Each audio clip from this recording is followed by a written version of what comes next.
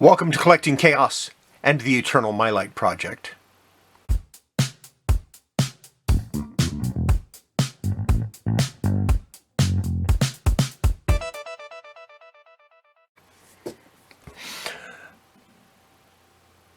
Let's go to the teas. Yeah. As you might have noticed from my thumbnail, of course, Trinity Angels was the first one. This is an Acclaim comic. This is Valiant Heroes, Acclaim Comics. This was actually, they kind of ended the Valiant line and redid them under Acclaim Comics. And this is one of the better ones, I think.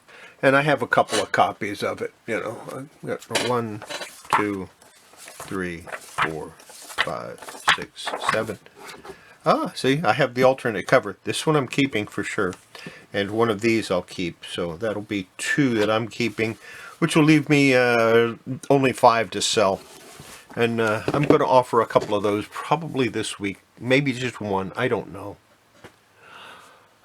Then I have the Twilight Zone number 8. Now, unfortunately, this in the box got bent because of the way it was sitting, and I had put other comics in there, and this got pushed down, and that's a problem when you don't have a backing board and something. So, good reason why you need backing boards. And this can happen with backing boards. So I'll have to press that. I'm not going to worry about it right now. I'll press it before it goes in Mylar. That's Twilight Zone number 8. Here's Twilight Zone number 9. Now this had a holographic cover. It's kind of a clown face. I don't know if you can see it or not. It's like a clown snake. That might have done it so that you can see it. I don't know. Yeah, this was like $6 when it came out. Has 3D glasses and of course some 3D stories. So that's fun. Those aren't going anywhere. I do collect Twilight Zone. Number 10.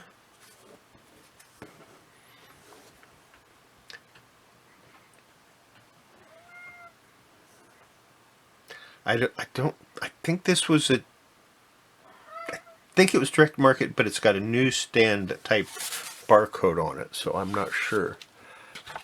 Here's number 11. You know what? That's a newsstand. This is This isn't.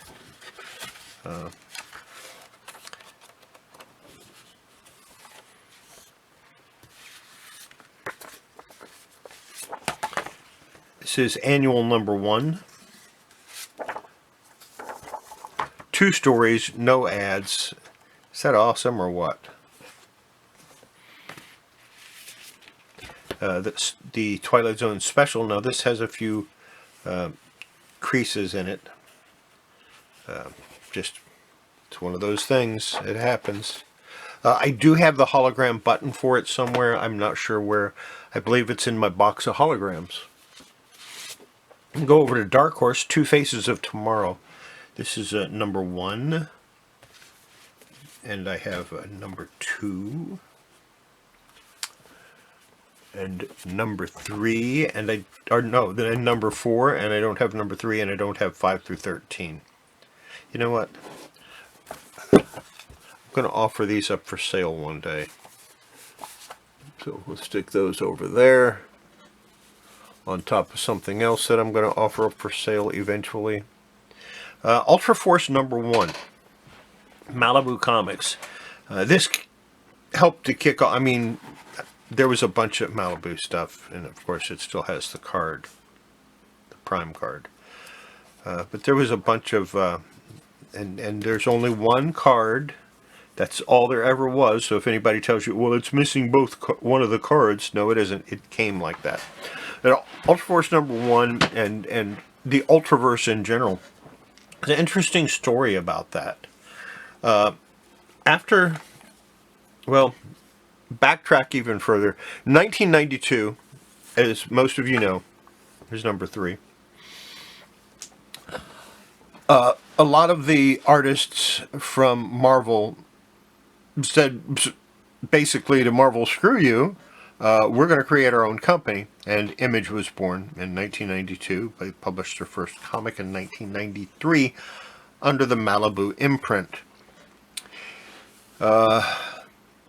Shortly after that, they were financially stable enough to break off from Malibu, and Image became its own thing. But that left Malibu with a big hole, so they created the Ultraverse, and the two primary creators, I don't think they're in this book,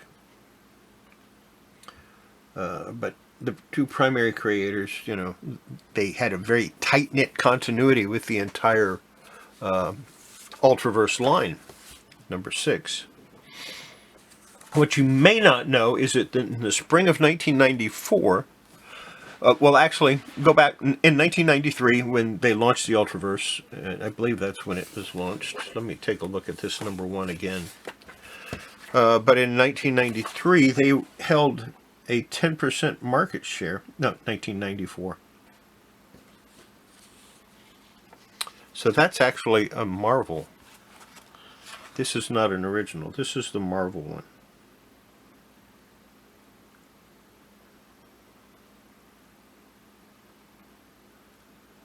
It's still owned by Malibu at this point.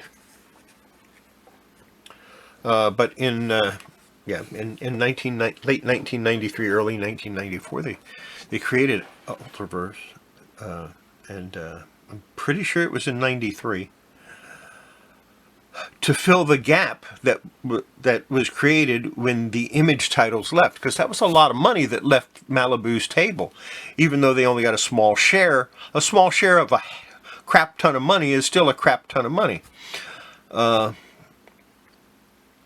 So Ultraverse was basically made to fill that slot, and it was doing a good job. It was a really popular comic, at least for the for my sales. It did really well. Here's number 10. This one published in 1995. So by this time, the deal had gone through. In the spring of 1994, of course, Malibu, the third largest comic company at the time, and having the 10% market share was huge. I think Dark Horse had like 4 or 5% market share. And they were considered one of the big three, even though they weren't. Malibu was much bigger because Malibu had a lot of imprints. Malibu had their Malibu. They had Eternity. They had Adventure. They had Airsil. They had Adventure. I think I already said that. But they had a lot of different imprints. And in early 1993, they still had Image, which, like I said, it broke off, and then they did their own thing starting in 93. In 1994, in the spring of 1994, DC Comics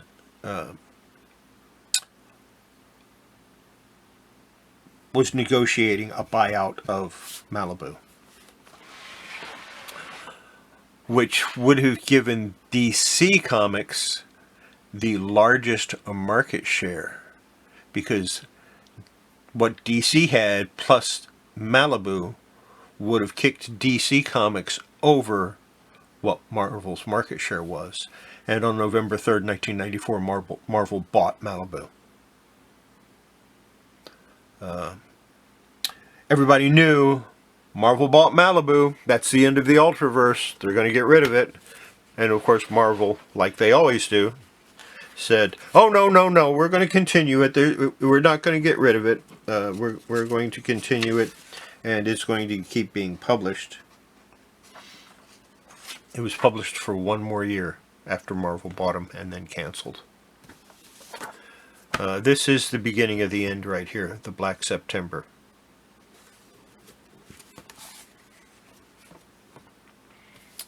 And then I've got, this is the Ultra Force. This is the first Marvel Ultra Force, number 1.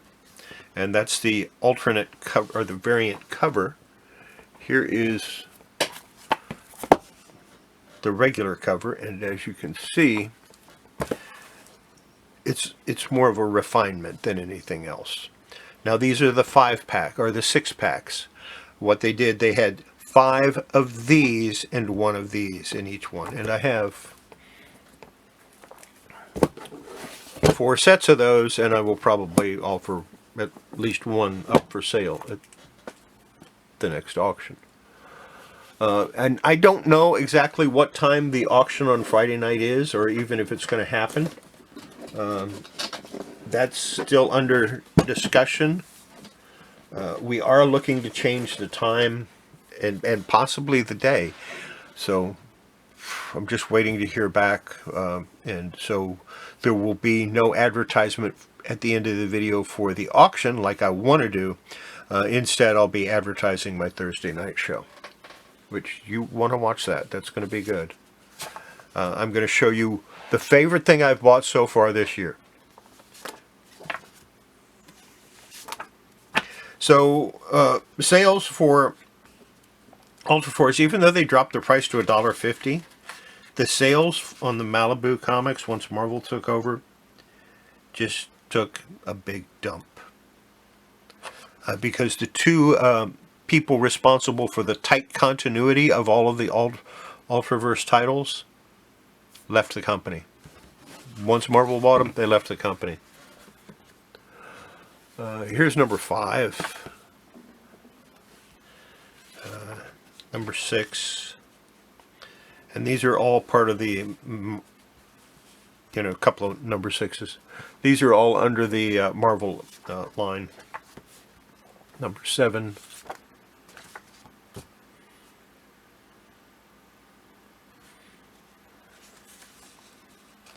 Yeah, I tried reading some of these back when they came out, and I just went, it's crap. And it was. They didn't put good writers, they didn't put good artists, because they didn't plan on having it survive. They planned on getting rid of it, but they couldn't get rid of it right away, or everybody would have said that, everybody would have been right, that Marvel only bought Ultraverse to kill the line. So there you have it. You got to see the things that I'm going to be putting in Mylar, and got a little history lesson on Ultraverse and Malibu and Marvel and Image and all of that neat stuff. It's a shame. I kind of wish that the plans had gone forward and DC had gotten them. Not because it would have given them DC a better market share, but because we might still have the Ultraverse with us today. You never know. It's one of those things that, of course, DC did eventually end up with some of the Image line. They got Wildstorm with part of the Jim Lee package. Was they now own all of the Wildstorm characters, which includes Gen 13 and some of the others. So that's kind of cool, Didn't really help them much. Right now, nothing seems to be helping the newer comics. They just need better writers, and yeah, that's what they need. They need better writers. And people that aren't afraid to push the edge. And I'm not talking about some of the stuff that we see all the time. Don't gender swap a hero, people. Make a new hero. Pretty easy.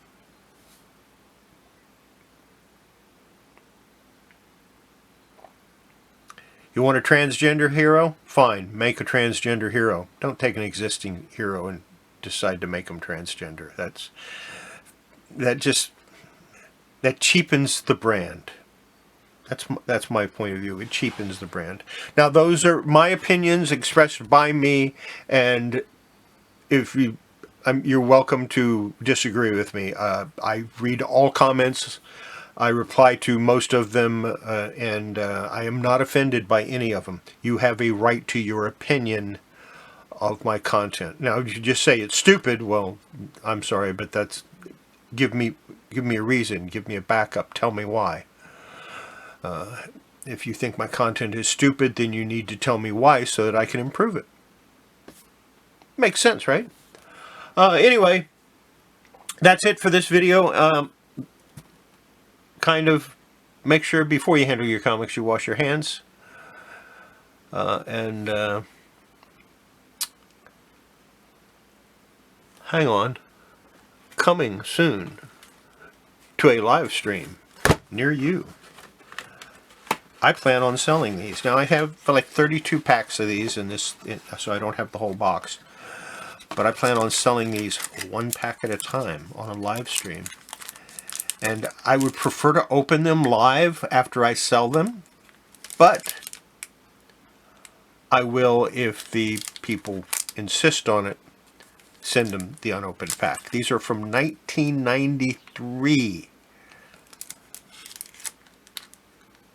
And they're Marvel Universe Series 4. They're left over from when I had my store. I still have some. I think there's like 32 in here. So yeah, I'm going to do that live on stream. I don't know when. Keep your eyes open. It could happen at any time. And that's it for this video. I'll see you tomorrow morning on the Cleaning with Chaos. I wonder what I'm going to work on tomorrow. I haven't given it much thought. Anyway, yeah, see you tomorrow with Cleaning and Chaos. In the meantime, make sure to remember to have a wonderful day. And bye.